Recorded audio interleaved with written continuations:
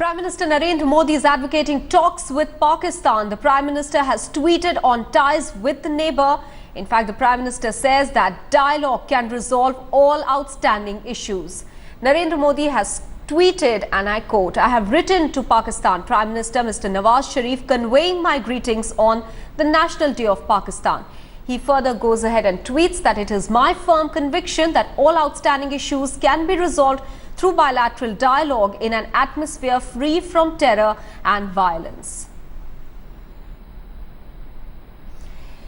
Executive Editor Javed Ansari is joining us with a perspective on this story. Deputy Editor Smita Sharma and Shujaul Haq joining us from Srinagar. Let me first go across to Javed. Javed, last year we had seen that when the Pakistan High Commissioner held talks ahead of the Foreign Secretary level talks with the separatists, those talks were called off. This year, it appears that India is willing to give Pakistan some sort of leeway there so that there is dialogue for betterment of ties between the two sides. Am I reading this correctly?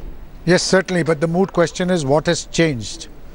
Because we called off the talks, India called off the talks, Foreign Secretary level talks, because Pakistan chose to engage with the Hurriyat. Now today the Hurriyat leaders have been invited over to the Pakistan High Commission. So that's a question that most opposition parties and a lot of foreign policy experts are talking about. But nonetheless, this is a welcome step, because ultimately it's only through dialogue and through talks that you can resolve issues. And when you need to resolve issues, you need to engage. And therefore, the politics aside, this is a welcome step, and the very fact that India has now decided to engage with Pakistan is one small step forward. Smita, I'll come to you now. It's been a practice even in the past that the Pakistani High Commissioner meets with or rather throws a reception on Pakistan Day where even Hurriyat leaders are invited. But considering that last time a talk with them had created so much sourness between the two countries, do you think that this year, as Javed Ansari puts, there are a lot of questions on what has changed since last year?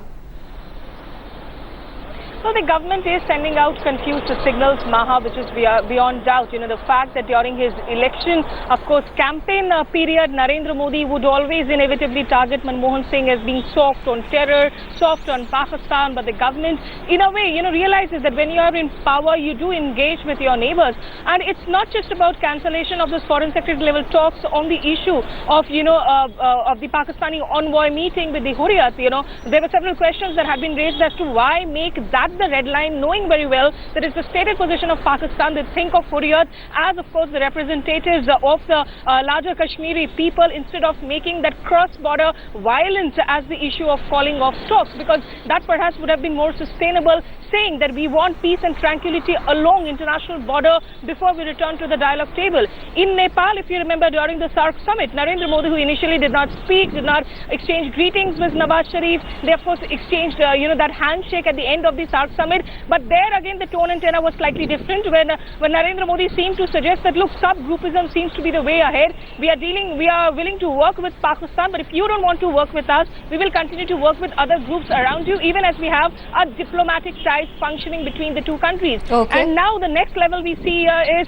Narendra Modi, of course, making that statement, which we have heard from his predecessors also, that only through dialogue can we resolve these issues. So clearly, there is that degree of confusion whether to continue with talks with Pakistan, not to continue with talks with Pakistan. And this confusion, I think, in the present government will continue over the next few months also, Maha.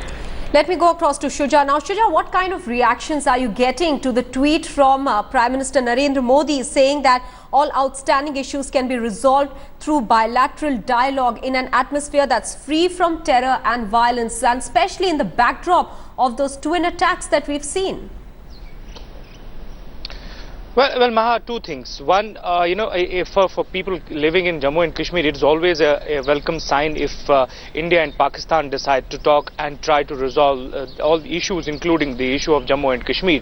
But at the same time, there are these questions that are still lurking large in the back of the minds of people. The questions like what has changed last time? Why was the meeting of Hurriyat made such a red line that there was so much of friction between the two countries? And now that that the two sides have decided to talk again, the Hurriyat is back into the focus here. So realizing that these are important elements when it comes to dialogue between the two countries vis-a-vis Kashmir, why is it that time and again Hurriyat is being made as one of those issues which is sort of ringing alarm bells for the rest of the country? Those are the issues that remain in the back of the mind of the people. But as far as the statement or the tweet by the Prime Minister is concerned, it's certainly a welcome sign. Most of the people on the ground definitely welcome the fact that there is at least some development, some movement forward between the two countries. Shujaul Haq, Smita Sharma and Javed Ansari, all of you, many thanks for joining us with details and perspective into that very important story.